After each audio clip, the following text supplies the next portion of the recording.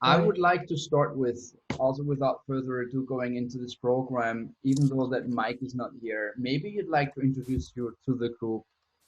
Give me a very short, this is where I am located right now. This is what I'm passionate about. This is what I'm curious. This is what I expect out of this program. And I have no expectation also works, right? White paper is always good. And just keep it crisp. And whatever you'd like to share with the group, things you're passionate about, things you really love, things you really hate, all the good stuff. Martin, you would like to begin, please. Yes, okay. Hello, I'm Martin from Austria, actually living in Carinthia, in the southern part of Austria. And I'm passionate about innovation. And we started 10 years ago with the Innovation Congress, which is all 2 years, with about 1,000 visitors. And beside, we have a network with innovative, interested people. So we have a meeting each month. And in my main work now, we operate with an innovation room called Seaboard, where we have twice a week event. Not yet, of course, in the Corona times, but normally.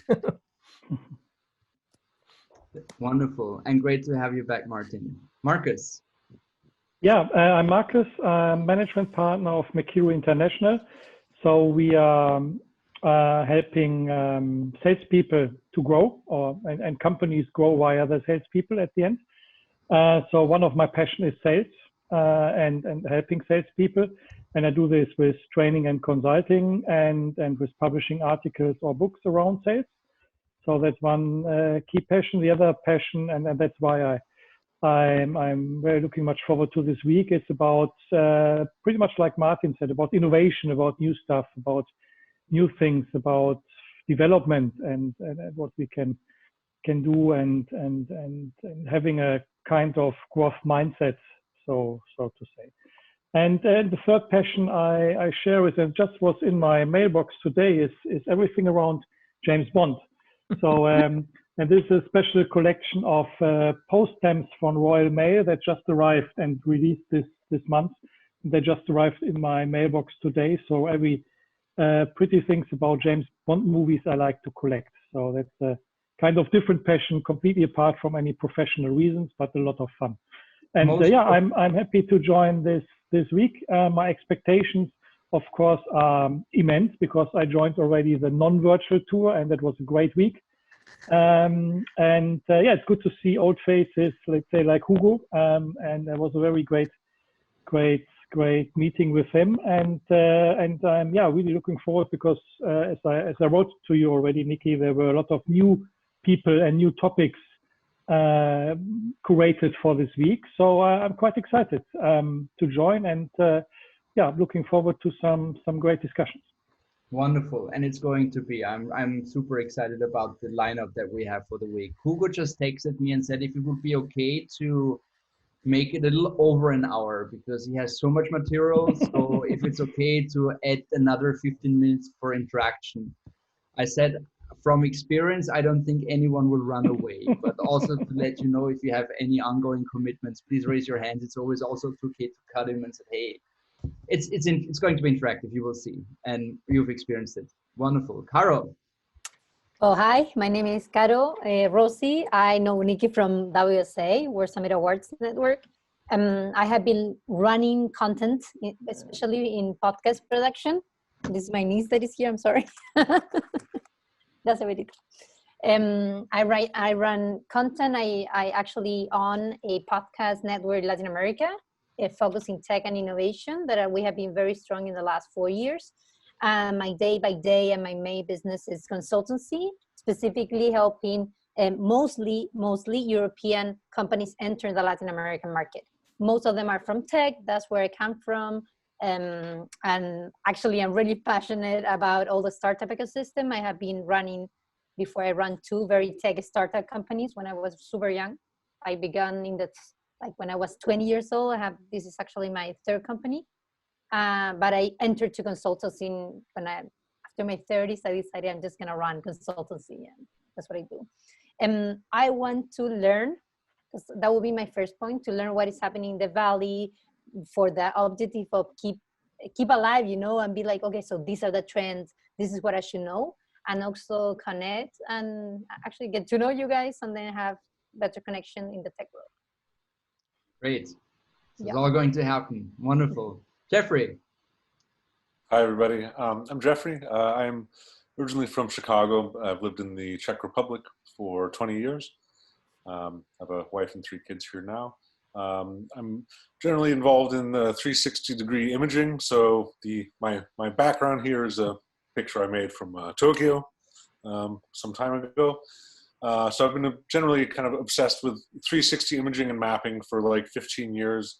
I'm starting my 3rd company now, which is in the field of camera hardware for kind of industrial grade street view mapping of the world. Our general kind of big goal is to create a kind of shared public utility of a kind of real-time updated 3D map of the world. So we're in the sort of seed stage now. We've been bootstrapped. We've been building a kind of complex camera for the last couple of years. This is the camera, and we're kind of in the middle of like looking for investment and stuff like that. My passion is also photography, so I sort of entered this field as a kind of photographer. So in that I have this kind of very narrow niche of creating extremely gigantic images, usually from the top of a building.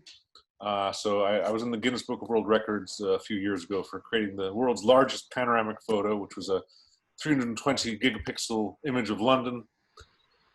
If you printed that out, it would be like, I don't know, 100 meters wide and 50 meters tall or something like that. I haven't printed anything out that big, but I did manage to print out one picture of Prague that was about 50 meters long and 3 meters tall, and we put it in a huge circle and people could walk around inside it. And otherwise, I really enjoy sort of I don't know, inventing new kinds of products and bringing people together for projects. So I love what we're doing here. I met Niki at EG, and I'm really happy to be here. This is cool. The EG is the conference founded by the founder of TED, so Werman, in 2002, I think. My colleague is running it for 10 years or 11 years or even longer. Yep. For some, it's the best conference of all of them, their favorite conference in the year. For me, I was there last year for the first time. It feels like a conference with 500 attendees that are all best friends, and now and then one of them goes on the stage and gives a talk. Everything feels very connected and random and beautiful and lovely and family-like. And the people who are there on the stage and in the auditorium, in the whole community, are a community that's really lovable. I really enjoyed that conference very much. Mike. Sorry that I had to reboot, but fortunately the connection is much better now. Sorry for that. Yeah, well, I worked for IBM for 14 years, and then some years ago I decided to do something completely different. I had several startup projects. One was the first, well, I'm based in Vienna in Austria, and this one had to do with telecommunications, but the project I'm running right now is we're creating the virtual psychotherapist, and this is based on AI and validated psychological and psychotherapeutic knowledge. And so the things that are happening right now are tremendous in terms of the need that is created. I would have wished that we would have had a different access to the market, but when you read the news, then I see what we really can bring to those people who are affected, because many of them are not willing to talk to a psychotherapist. And what we do provide a low barrier access, so you can chat to a system that behaves like a psychotherapist. And our goal really is to be certified as a medical product. This is still some way to go. I'm very interested. I met Niki last week in a fantastic event. It was a lot of fun. a lot of activity. And so I was very curious to see what is happening this week. In fact, we already applied several times for going to the Silicon Valley with the Austrian Chamber of Commerce. And what we see is for a health startup, it's very difficult to get there.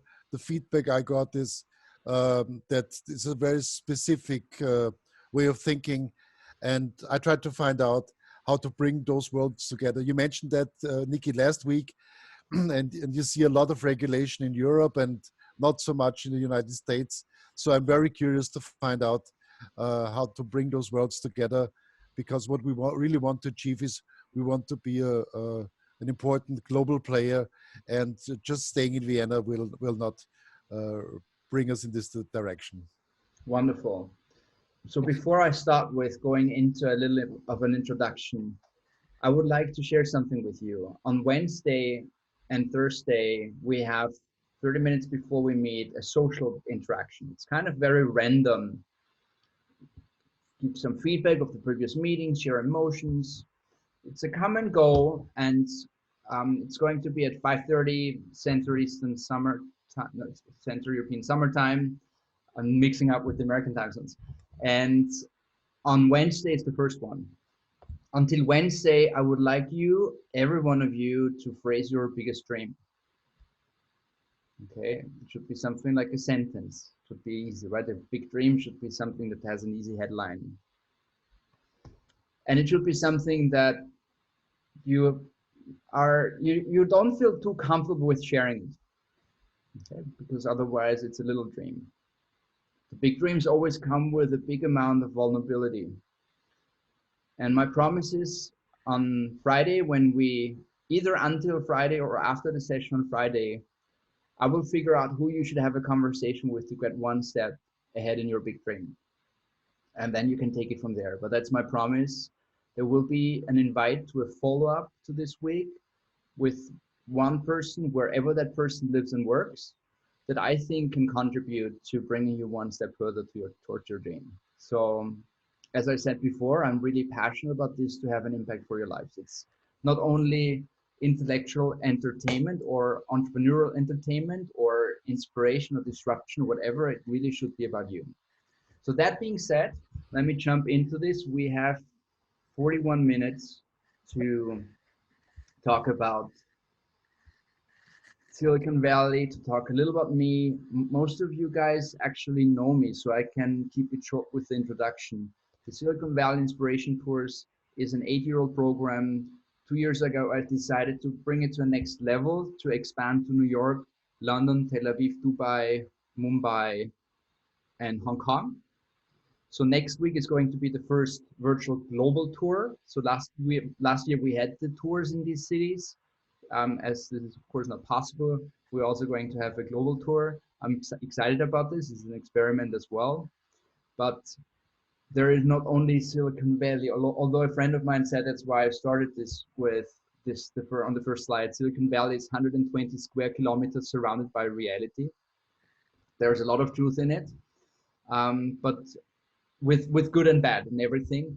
But there are also other places where it's exciting to work and you can meet fantastic people. That's why I thought not only doing it in Silicon Valley. A friend of mine asked me, or I asked a friend of mine who to me is always a very inspiring personality, how he would sum up in a title what I'm actually doing.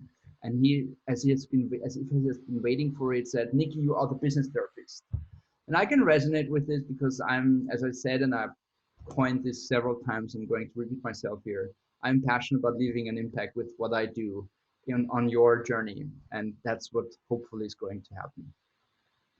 Just before we go into this, also why this all sums up together in concepts, ideas, methods, mindsets that we're going to discuss during the week. Everyone knows this slide. Everyone has seen this before, the 17 goals of the United Nations, how to change, so identified problems we should solve, how to go back to a world that's livable without having to seek for another planet, to inhabit another planet, to make the world a good place again. And it's all good and fine. I don't have to go into this. What I'd like to go into briefly is the Social Progress Index. The Social Progress Index basically looks into all the 17 goals, clusters them into human needs, foundations of well-being and opportunity, and monitors how we're doing. Because goals are a nice thing, but 15 years are too long to actually figure out how we're doing along the way. So they're updating every fall how we're doing on the sustainable development goals. I don't know if you've ever heard of social progress index before. However, what's interesting here is that when you look into the goals, we're moving on with some of them, but all the goals that somehow tackles the way humans are treating each other, we are worse than 4 years ago, or this year, 5 years ago. And when I'm sure it's not going to change in September when they give an update.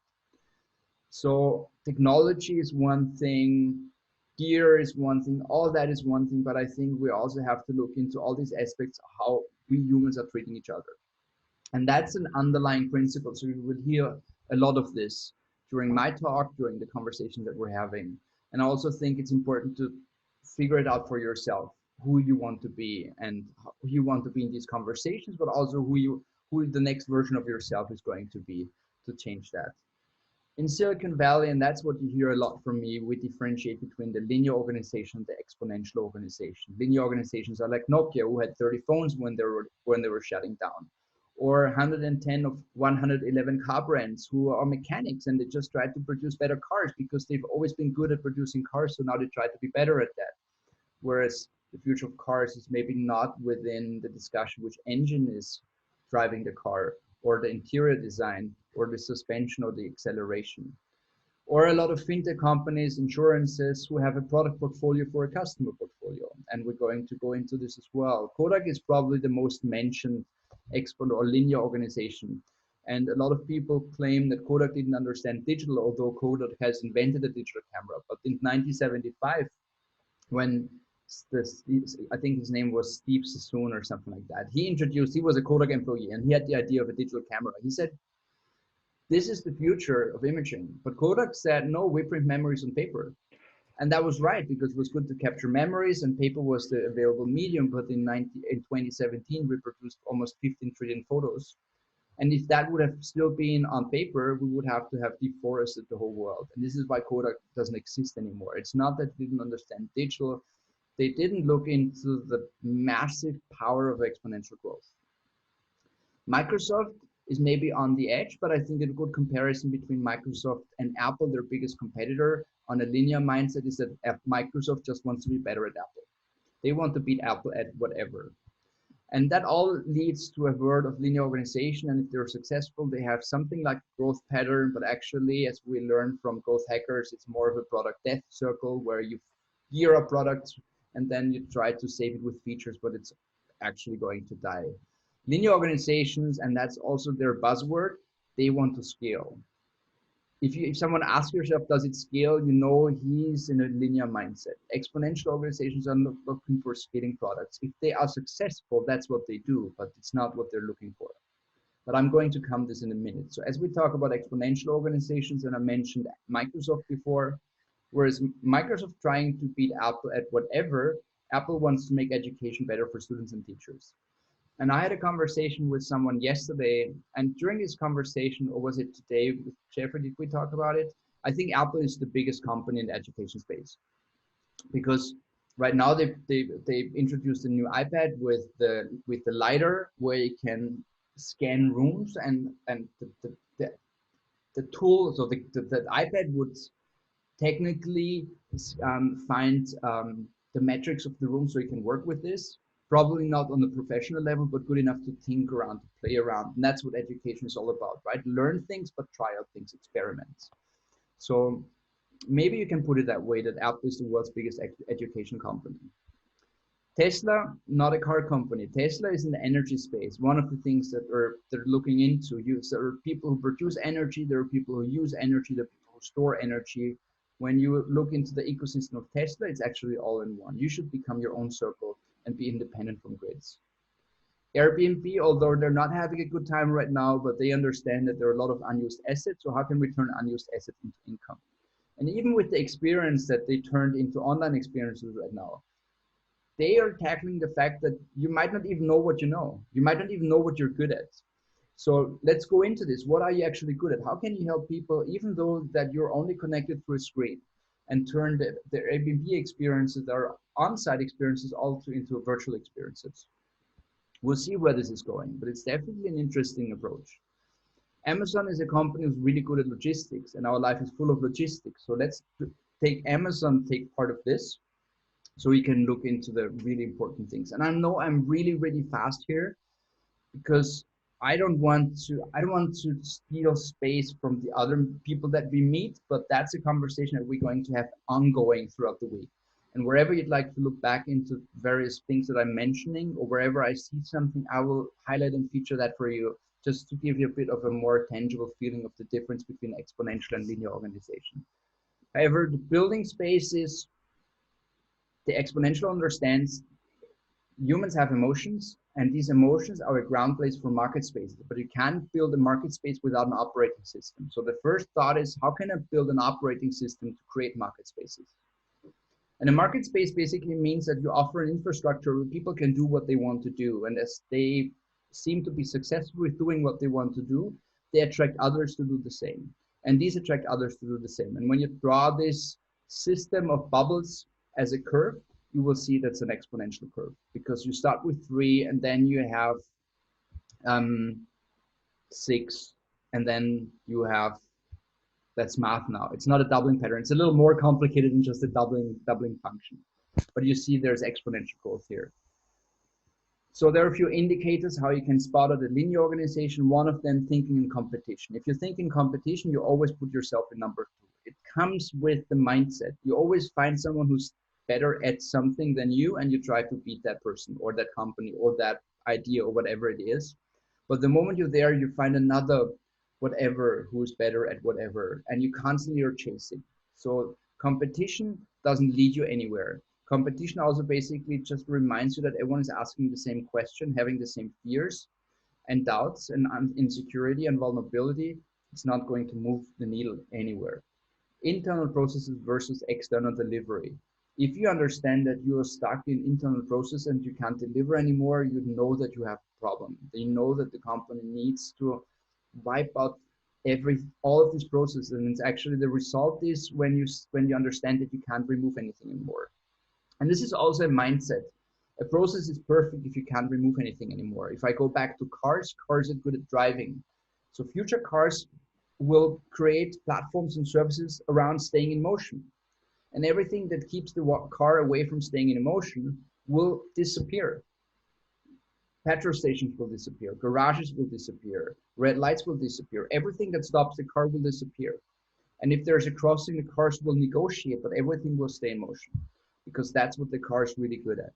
So you remove things, you remove processes wherever, if it's in a company, if it's an internal process, or if it's in a customer journey. You have to remove anything until you can't remove anything anymore.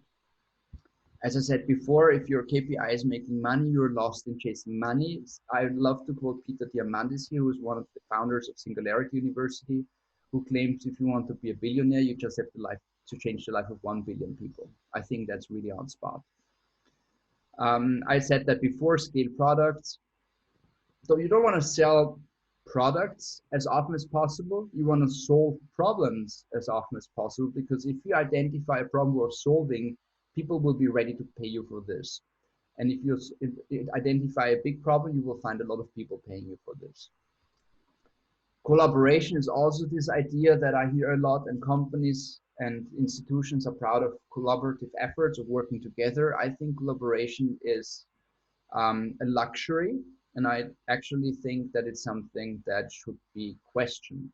And I'm talking about collaboration that means a lot of meetings, a lot of getting people on the same page, a lot of synchronization, a lot of asking for approvals, a lot of processes. And if you take everything that's part of collaboration away, probably what remains is coordination, because coordination just means everyone knows what they have to do. It requires a lot of self-sufficiency. It requires a lot of understanding what's my role, how am I responsible for inspiring, how am I responsible for solving a problem, how am I responsible for a project or a company to move on. We have a very weird approach towards problem. It's kind of problem and failure. These are the big words in circulation, especially in Europe right now, where I feel like, what are you talking about? I think in Europe, or actually everywhere I go, people call things that are a challenge, maybe a problem. And when there's a real problem, they call it a challenge.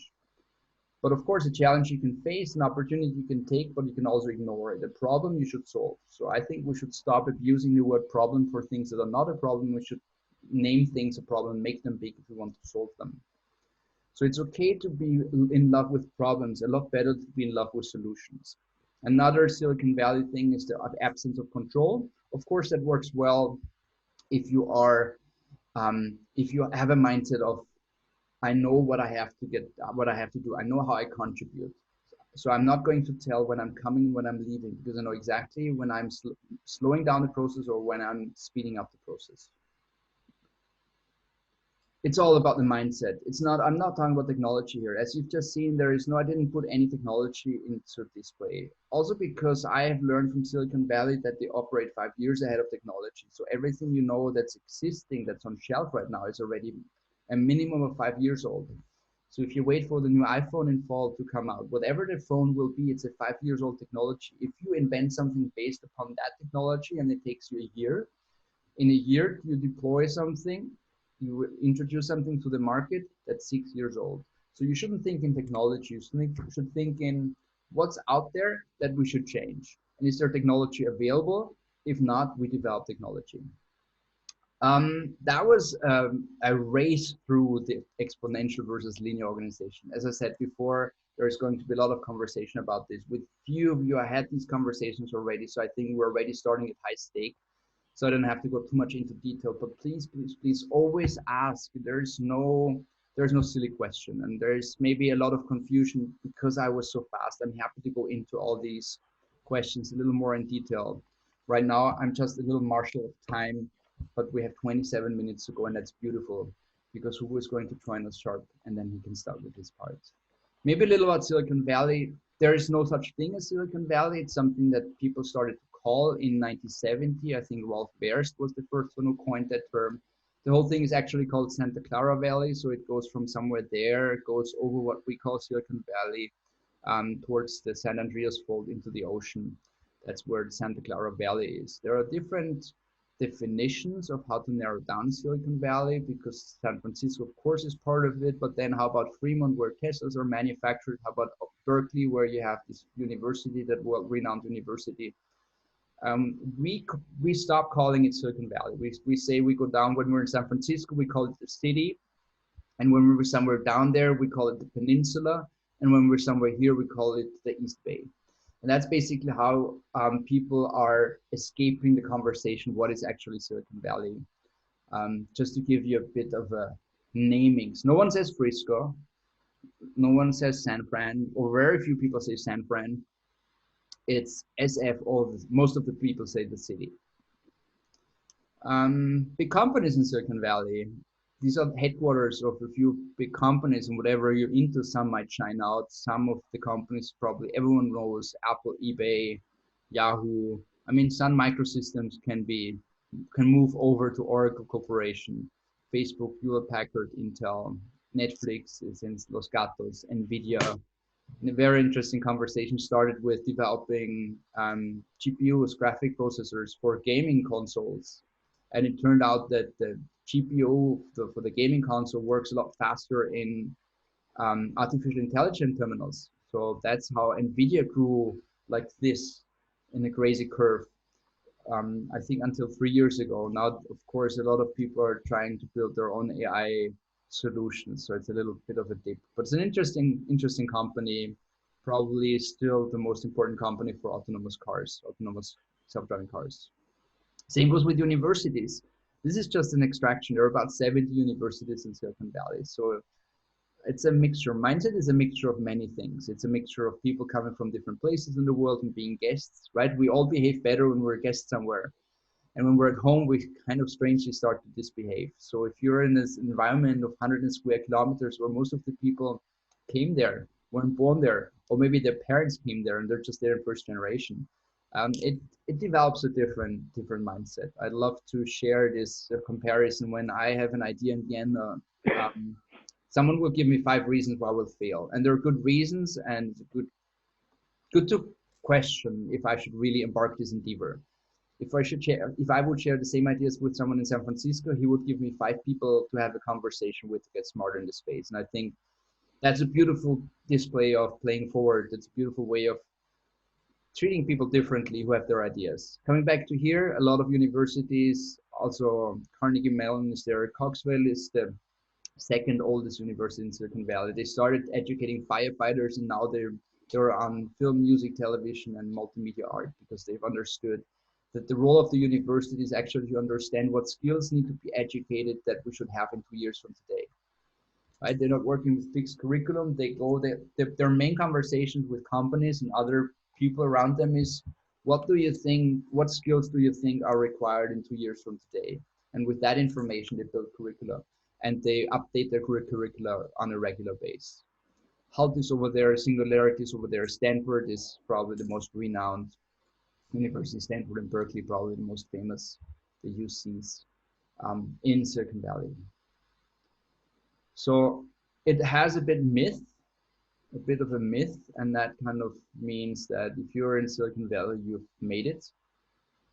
If you made it to Silicon Valley, or if you want to go somewhere, you have to go to Silicon Valley. I doubt that.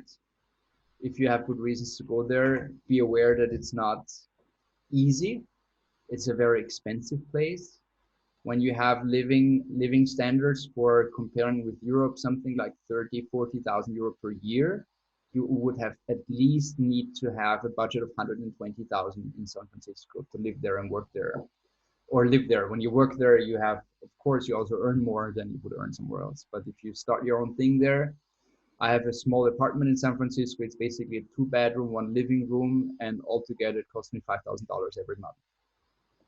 I'm subletting 1 little room, and it's basically a bed, a little more than a bed, and for that room I get $2,000 per month. Just to give you a bit of a comparison about the craziness living in San Francisco. However, being around the hotbed of innovation is different. My daughter was in San Francisco for 2 years. Her last 2 years at high school, so she graduated high school in San Francisco. And when she got to school every morning, the Uber Volvos, when they did the self-driving test, testing their self-driving cars, they were passing by our house.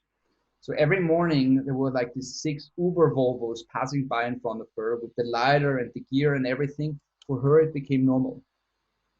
But when she visited Vienna and had conversation about self-driving cars, a lot of people said this was never going to happen. And she was like, wow, I'm seeing it every day. And you're talking about it. It's not, if you're having a conversation about self-driving cars, you're already behind the curve. It's not about if and when self-driving cars will be on the street. You should have a lot of different conversations. More about what can we actually do if the car is driving on its own, and not if it's going to happen, or if it's going to make money, or if it's going to carry people, or if you're going to fear it's dangerous, or if you're going to survive, or whatever. All these questions will be solved. We should have a different conversation. We shouldn't wait for technology to be on the street to start a conversation. When you live in Silicon Valley, you're exposed to this every day. I love San Francisco. I love the people. I love being there. And I have to admit that when I'm in Europe for too long, I get a bit of a FOMO because it's not surrounding me. It's kind of, I always feel like I don't want to talk about the bad things about AI. It's good to talk about the bad things of AI. It's not that I close my eyes and said, hey, this is beauty and everything. I don't want to talk about whether or not people will stop having their steering wheel. I would like to talk about, if cars are in motion, they turn into devices. What can they do for us? And if we understand that data is knowledge, how can we mine data in a way that people aren't endangered, but we can actually learn and improve the life of people? So it's a total different mindset over there. And when you're exposed to this every day, it makes a difference. However, it's maybe also important to mention that there are 1,000 incorporations a week, of which 9 still exist 6 months later. So there is a massive burn rate of things going south. And Europe would maybe call this a failure engine, but we see this, this is a huge machine of people learning so much in such a short time. I've been exposed to the growth hackers a year ago, and I started learning from growth hackers, and now I'm a trained growth hacker. So I help companies understand what growth hacking is all about. And it's basically, it doesn't break anything. It's not coding or anything. I'm not a coder. I'm not a data scientist. It's about running experiments. And running experiments means what do I have to do to learn as much as possible in 5 days? And there's a role, it's called the director of growth, and his job is to run experiments. And it's always 2 weeks, because if you start an experiment and it's 6 months, everything that you learned in 6 months only informs you that the initial decision why to follow this mistake isn't true anymore. So it's 2 weeks, depending on the size of the company, maybe 2 experiments or 4 experiments. But you have to know, if you're running 4 experiments, you're running 8 experiments, it's every week. Because of course, if it's a 2 weeks experiment, you always start with the same batch of experiments every Monday. It's very fast. And if you understand that failure or mistakes teach you what works, what does not work, you just have to learn a lot in short term what doesn't work. So what's remaining, and you of course also learn what works. It's not only that everything goes south, but the ratio 1,000 to 9 in 6 months is definitely also important to mention. So what's the magic sauce? I said this before, and I'm going to rephrase myself a lot. One is design thinking. We're going to. Sorry, Niki, if I interrupt you, but can I ask a question on this ratio, 1,000 to 6? I think this ratio is not so uncommon in other countries, probably. That 1,000 companies are founded and then 9 survive 6 months later. But my impression is that the 9 that survived in the Silicon Valley are much stronger than the 9 survived in other countries. Do you have an idea or an educated guess what might be the difference? Because I think the ratio is probably pretty much the same in Germany or Austria or so Europe. Not this, we don't have 1,000 incorporations per week in Austria. Okay, yeah, but the ratio we have 1,000 incorporations per month. I don't have the data, but I would say that gets close to per month. Okay. And one of the differences is that from 1,000 to 9, so that's basically 1%, right? Pretty much. 1% of the endeavors fail. Sorry, do not fail. To 9 basically means in a culture of you have to know first where you're going. Means that you've made wrong decisions. The concept, the mindset of Silicon Valley company is always a data mindset. It's always data over opinion. And data basically means that everything that you do all of the time produces data, and that this data informs your future decisions. And that's a loop that you should always have. And I think that's something that I see in Austria, I see in Europe, and I also see in India when I meet with people. There is too much ego involved. There's too much I believe, I know, I've experienced, rather than how can we convert this into a data set? Because data is not biased. And I think if you take all these aspects, that's why I'm talking so much about the soft skills. If you take all these aspects out of the equation, you have a very clear, a lot clearer focus on what are you actually doing. What's the information that you could use for your future decisions while you're doing it? And I think that European companies are still stuck a lot in market research and trying to understand the past to project the future. And that doesn't work in an exponential environment. You can't project the future, right? You have to live in scenarios. You have to live in futures, not in one future. And you have to have an organization that's fast enough to change along the way. And you shouldn't manage people, you should manage processes, right? There are a lot of things that are just run differently. When you talk to a CEO of a company that runs 60,000 people, how he manages the organization, a cool answer would be, just like you, I talk to 10 people. But his job is not to talk to 10 people. His job is to make sure that there's a process into play and not to people to manage. And I had a company with 15 people and I managed the people. I was like, I found myself in a job that I didn't sign up for. My job for 15 people was to make sure that the 15 people are basically they know what to do. They're doing fine. So the whole thing is I didn't manage processes anymore. And I think if you go into this, if you put on the glasses of a data company, and I mean, Silicon Valley companies, this is where they all come from. They see everything from a perspective of data. Okay, so Martin just shared the statistics. 133 per day. Sounds a lot. I don't know where this is going when you look into the data 6 months later, where they're going and how the journeys look like. Mm. It's a good keep that question in mind, and let's see how during the course of the conversations that the answer to this question gets clearer. Yeah. Okay. Thanks, Niki. We're good. So I don't go into design thinking right now because that's what we're going to hear right now from Hugo, and then also tomorrow we talk about generative design. So the design thinking 3.0. I don't know if you've ever heard of generative design. Design thinking is a crucial part. It's a process, but it also means that it's not. So the third generation of design thinking follows design thinking from Kelly and Hasso-Plattner, what everyone's talking about right now. And that follows the Industrial Revolution, which can be seen at the first generation of design thinking. And it's an iterative process, it's human-centric, it's prototyping focused, it's how you can add business models. You can also prototype business models, so how you can make the whole thing really fast. But when you want to make things really fast, you understand that there is this crucial part of information, how you get information, and when you turn information into, or when you look at information as part of the circle, you see that this is the bottleneck, because you can, how much information can you take in?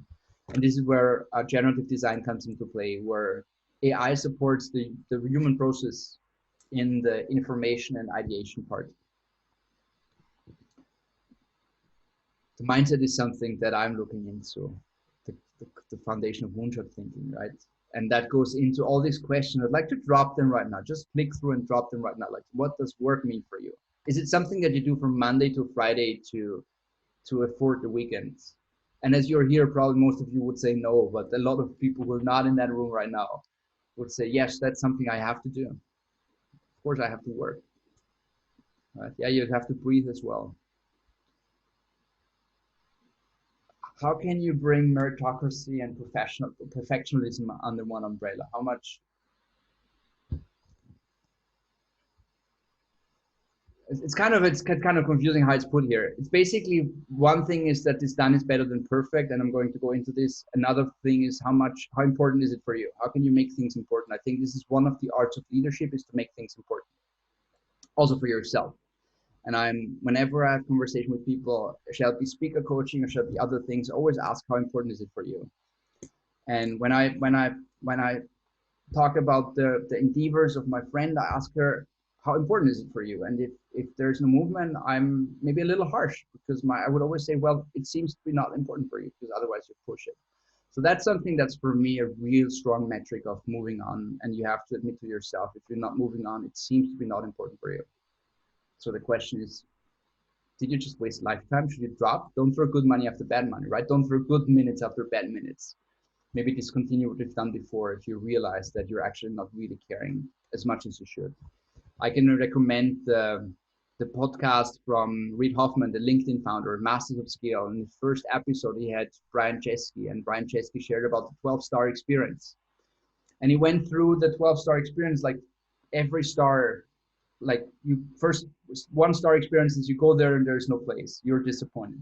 3-star experience, you go there, the place, it's kind of random, whatever. 5-star experience, it's tidy, there's a little note from the host, you're surprised, it's nice. 6-star experience, there's a surfboard and surf lessons already arranged and you can take it or not. 7-star experience is a list of restaurants with reservations for every dinner just to be safe. 8-star experience, you'll be picked up from the airport with a great limo and you'll be seen as a star, and you will already realize I'm in heaven of holidays. And it goes on and forth. The 12-star experience is Lady Gaga, you're at the airport, a red carpet is rolled out, 150,000 people are there, Lady Gaga is playing a welcome song, Elon Musk is shaking your hand, you'll be brought to a space flight, and that's the introduction of the holidays. And Brian Chesky said no one's ever going to have the 12-star experience, but when you all go into the details of his 12-star experience, the 7-star experience doesn't look too wild anymore. So I think you have to make things more important as they might even be, because then when you're at normal, or the normal that might be a lot before seems very normal when you do it right now, when you understand how 12-star would actually look like. Don't try to be better in what you've always been good at. This is not the secret to success when you want to be innovative. I was at TEDx Gateway in Mumbai this year, and there was the CEO of Hyperloop One. He says, we don't have time for incremental change anymore. We need radical change. Incremental change basically just means people are less unhappy. And there is an employer at Wells Fargo whose job is that the customers are less unhappy. That's incremental change. You don't want to make anyone less unhappy. It's very frustrating because everyone's feeling the same. They don't feel the change. They don't feel the improvement because it's incremental. You need to be very radical with change. I like this way of thinking. Mentioned that before. Fall in love with the problem, not with the solution. Right? When you fall in love with the solution, you might forget, am I actually still solving the problem? Or did the problem change? Everything changes as we go. And if you fall in love with the solution, you might not solve the problem anymore when you're done. How about envy and jealousy? Do you wish that people around you should be successful, or do you have an awkward feeling if your neighbor is making more money or has a bigger car? That's a thing, right? When I come to Vienna from San Francisco, I feel like, wow, okay, you have to be careful. People say like, be careful what you post on the internet. If you're on a yacht and you post this on Facebook, they don't like it. So you have to be careful what you post. And it's like, okay, I didn't know about that. My life is so important for other people. Data over opinion speaks for itself. I love the concept of mentor and mentee. I think that's something that's being established more and more. Wherever I go, that people say, here's my mentor, here is I admit myself to be a mentee of someone, and I like this idea. Brené Brown put it really nice. There's this moment where we all stand in front of the mirror in the morning or in the evening, and we don't have to be strong because we're just in front of ourselves, and we ask ourselves the question, am I enough? And mentor is there. Mentor is like this mirror where you can say, I have doubts, I have fears, I have worries. You don't have to be strong in front of a mentor. I think it's really important to be and to have one. Play it forward versus what's in it for me. Embrace serendipity. I like the concept of embrace serendipity, although the masters of social intelligence taught me that you should always have a social agenda. Wherever you go, you should have a social agenda. And social agenda can be, I want to talk about education tonight. The social agenda can be, I want to go home with 5 business cards. A social agenda might be, I don't know, I want people to ask me about my education or about my family or my journey. If you know what your social agenda is, you will consciously and subconsciously lead movements, directions, decisions towards what you actually aim for and still embrace serendipity. Astro Taylor, the Google X guy, said if the literate of the future are not those who can't read and write, but those who can learn, unlearn, and relearn. The simplest tool, and I'm sharing this with everyone, to learn to unlearn is if someone asks you, have you seen the movie or have you read the book or have you been on the place, always answer no. Tell me about it. It's okay not to know. It's not that you're not a knowledge person if you don't know every book in the world. And it's always nice to hear another perspective you might haven't had before because you said no. When you say, yes, I've read that book, that might be the end of the conversation. But if I ask you if I've read the book, if you've read the book and you say, no, tell me about it, I might add something that you haven't seen, although we've read the same book. So that's a very simple mechanic to implement unlearning into your life. So next time or the next month, if you're asked something, always answer, no, tell me about it. And you will see what's going to happen. And it's magic and it's great. I would strongly advise to stop reading self-improvement books, because that just basically means that you're trying to acquire internal status by learning. And if you understand the difference between internal and external status is everything you wear, the people you surround yourself with, the car you drive, the titles you have, the education, it's all external status. And no one buys deep for external status. Internal status is how you feel about yourself, how sure you are where you're going, how much you're balanced, how healthy you are. That's internal status. And I know people who are done with their studies, and when they're done, they're just embarking the next curriculum and learning the next thing and acquiring the next title. That just means that and Hugo is joining us, that just means that they're chasing internal status by external knowledge, and that's not going to happen. So while Hugo is joining us, I'm going to finish this. Are we actually already 4 minutes to go? So Hugo can listen to us, which is also nice. You're going to face headwinds, right? This is going to happen.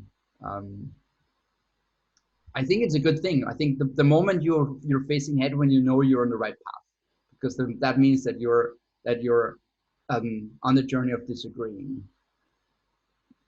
Don't be arrogant. Don't judge. And express yourself. That's something that I learned at Burning Man. This radical self-expression is a really nice theme that people live by. Although I think Burning Man is not going to come back, I still believe that the rules of Burning Man are truly important, and they will make their way to many, many communities. And one of them is radical self-expression and radical inclusion. I think that's a really nice motto. Be inclusive, not exclusive. And enjoy everyone who's successful, because that will bring you to your own success a lot faster. Because if you think that your neighbor shouldn't be so successful, you just think that success is not a good thing. Right? If you think that someone else doesn't deserve, you think that wealth is something that you deserve or not deserve. So it's not a good thing. Give feedback also for you to me. Share it to everyone if you like it. Share it with me if you disagree. I think that's important, because that only helps everyone involved to really move on, and you're not harming anyone, and you're actually not helping people if you tell others about disappointment.